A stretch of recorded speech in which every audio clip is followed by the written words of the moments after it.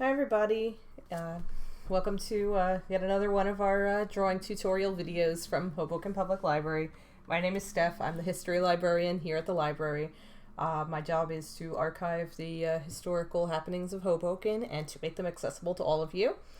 And I am really very happy to make history come alive. In my spare time, though, I draw comics, and I'm also in charge at the library of ordering the comics for you. If you have any requests, please let me know.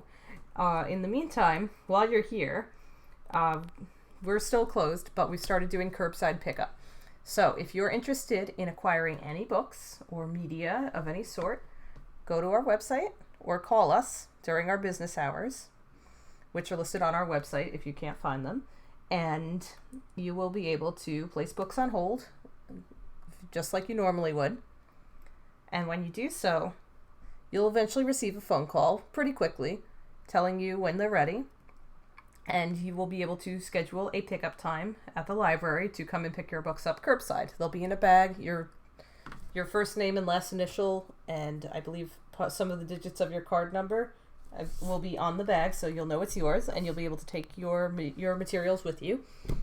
So again, we are still in the process of reopening. We thank you so much for your patience during this time. We know it's been tough, and we've missed you too. So in the meantime, we do still have all sorts of live events and programs here online. You can visit us on our website, or you can go to all sorts of our social media. We have Facebook, a Twitter, an Instagram, a YouTube. I believe we have a Pinterest as well. You can check all of these out. Again, I believe they're linked to on our website, so you can peruse at your leisure. So today is going to be a little bit different than the other drawing videos that I've done. Today I wanted to talk about color theory. Color theory is unique in that it's something that people, even who don't do art, have probably heard of because they've probably seen it used in terms of decorating your home or coordinating an outfit or all sorts of other things. And basically what color theory is basically, to put it in layman's terms, some colors just look good together, and they look better than other colors do together. So for color theory, usually how to determine that is you use a color wheel, and there's a basic color wheel right here. You can see this is a very simple one that I found on just a quick Google search. And you can see colors that are similar to each other and also complementary to each other. So the cooler colors are, more similar to each other, and the warmer colors are more similar to each other, and then colors that are directly across the wheel from each other are complementary. For example, red and green are considered complementary. So there's a reason that Christmas uses red and green. They look good together. Likewise, blue and gold, Hanukkah, complementary colors. Purple and yellow actually are complementary, and so are certain shades of blue and orange. And again, to all my fellow Mets fans out there, there's your vindication. So it does work, I swear to. So this is very basic color wheel, and you can kind of just see how these colors can work together. And at first it's good to start out simple. Just kind of experimenting with colors that are complementary to put together a look for a character. That usually is a good way to make them pop and kind of make sure they don't look garish or terrible, unless the intent is to make the character look garish and terrible, which I have done in the past, and it definitely works if you know what you're doing. So what I'm going to do now is I'm going to switch to a more complicated color wheel so you can see that, once you start with the basics, things can get a little more detailed. So here is, if it would let me put it in, there it goes. Here is a fancier color wheel, and I will move it up so you can actually see it here. I have to get it, ready to go. This is a very big image, so I have to shrink it down so you can all see everything. Make sure it's still readable here. Okay, so this is still a little bit too big. Hang on. There we go. Okay, just a little more shrinkage there. And it should be, oh dear, this is a very big image. I did not realize how big this image was. Okay, here we go. So, we can now see right here. So you've got a bunch of different shades now to work with. This one also includes black, brown, and gray, which is very helpful. Sometimes in comics, and this is especially common in manga, your comic will be done in black and white. And when you're doing it in black and white, it's really helpful to know how to use your shades of gray to make sure that you get your characters shaded correctly and make sure that, everything is visible. So this is a more complicated color wheel, and you can see there's different varieties of different things. If you look at the greens, for example, you can see the greens actually shift down into yellow and then go right across into the red on the other side. There's a sort of a whole spectrum from green to red. Likewise, you've got, your blues and your purples kind of, you can also see it really merges better, I think, on this more complicated example. But again, by adding black, brown, and gray in here, you can't really see that purple and yellow and blue and orange are really complementary to each other. But this is more of what an artist would use, because you have more options. If you like to do digital art, these things can be really cool because you can just go right in and use your eyedropper tool to just pick the color right out of the image and then start coloring with it. But I do traditional art, so that's generally... what I have to do is I have to match the medium I use, which I use Copic markers, and I have to kind of match it to the colors I want as best as I can. So I'll show a few examples of art I've done, and I'll show you how I did things to make them complementary or how I got them to work. So I'm going to pull up some art I've done, and I will explain what I did. So this is a drawing I did fairly recently. Oh, it's very small. Here, let me make it big so you can actually see it. There you go. So this is, oops, he is a little too tall there. Yeah, so here is a drawing I did recently. This period clothing is from the 1500s, around 1573 or so is what I was going for. And so you can see that what I wanted to do was I wanted to get this character's outfit to kind of complement itself. But I didn't use exact complementary colors here. Blue and orange, would have been, they're directly complementary. But you didn't really see too many people wearing bright orange in the time period in which this existed. So what I did was I used a rich red color for the doublet, which is the sort of vest shirt that he's wearing, if you're unfamiliar with the term. And I was able to contrast it with a sort of deep, rich blue. Knowing the symbolism of colors also helps. For example, if you're going to do anything historical and it's going to be set in Europe, purple denotes royalty. Royals were purple. A lot of countries had something called sumptuary laws, and that meant that you couldn't wear clothing of certain colors or fabrics unless you were of a certain social status. So rich people got to wear the nicer stuff, of course, and royalty got to wear purple. So purple denotes royalty. So that's kind of a thing you can do. You can also use colors to give away parts of your character's personality. This character I had in mind, he's a little more reserved, a little more thoughtful, so I used mostly cooler colors to get that across. If I was going to draw a character that was more hot-headed, I would have probably used a brighter red, some warmer colors, things like that. But this guy's a little more chill, so we've got the blue. So that's a pretty good example of how that works. Now I'll show you some other stuff I've done so you can kind of get an idea of when you can really start to play around and change the rules a bit. So here is a great example of not really going by those rules that much. This is an intentionally clashing outfit.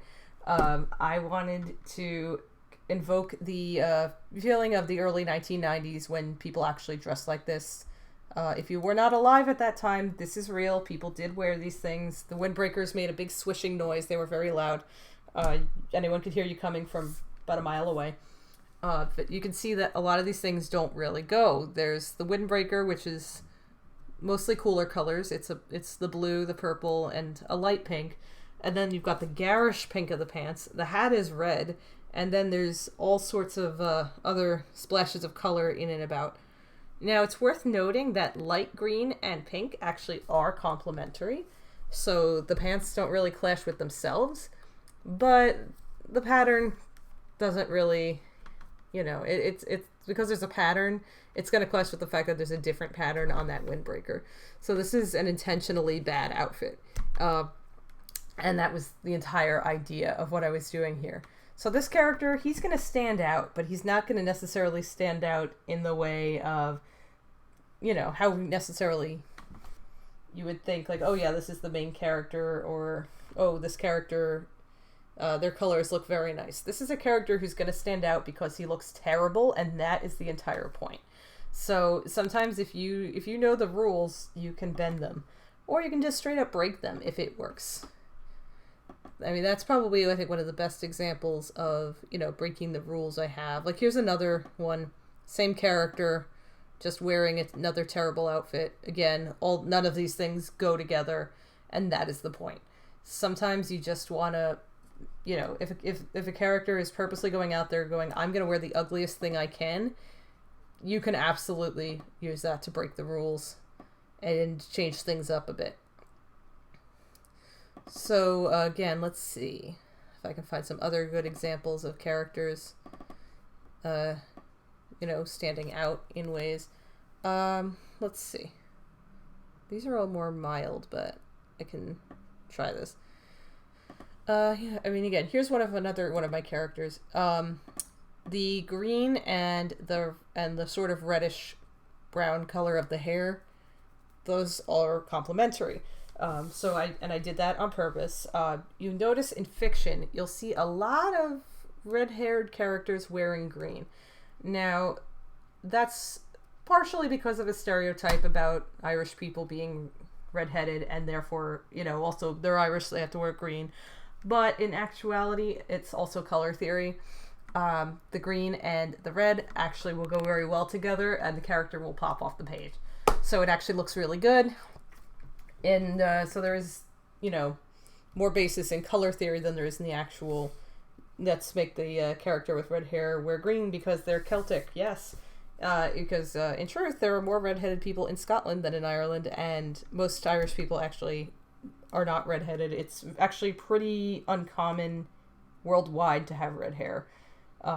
So if you have it, congratulations, you are lucky. But again, it's not necessarily so much just a stereotype as it's also good color theory. The green and the red work well together, so they stand out.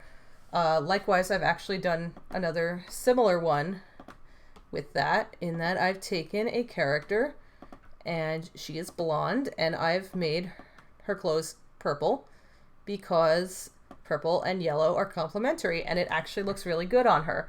She stands out for the same reason. These colors go very well together because they're opposite each other on the color wheel. So it works for her. Now, she probably shouldn't really be wearing purple because she's not royalty, but she is nobility, so she might be able to get away with it. But then again, it's the story she's in is set during a time of political flux. So maybe she can just do what she wants. Here's another one that's actually kind of an interesting one that I did. So here's a married couple. This is from something I'm working on set during the Wars of the Roses in the 1400s. And I purposely did some stuff with the color of their clothes to kind of emphasize their roles in the story. So the wife, she is the one who's really keeping them safe. She's the schemer, and she is manipulating all the people around her to keep her land and her husband and herself safe. So her colors are more rich. There's more of a red and a pink. They're bright, and they're dominant colors to show that she's a very assertive person. Her husband, who's the one in blue, who's clinging to her nervously because he has no idea what he's doing, he's wearing blue, and his eyes are also blue, and it's to kind of emphasize his innocence. He's very, he's more reluctant to be bold, and I mean that's not to say that you can't have characters who are very bold wear blue. Sometimes it's great to subvert the stereotype, but I purposely did this to kind of give you an idea. If you look at these two characters, not just from their facial expressions and poses, but also the colors will evoke certain feelings in people when they look at it. So that was what I was going for with that, and it does help you get things across. You can use the color to actually emphasize just what your plans are. You can sometimes use it to tell people things about characters before you actually say it. I'll bring the original color wheel back up here so you can just take a look at it one more time. Let me make sure you got this guy down to a normal size. There we go. So I'll keep that up there for you. And maybe shrink it just a little more. There we go. All right. So now that we've kind of addressed color theory a little bit here, and you kind of have an idea of how to incorporate it into your character designs, I'm going to call it a night.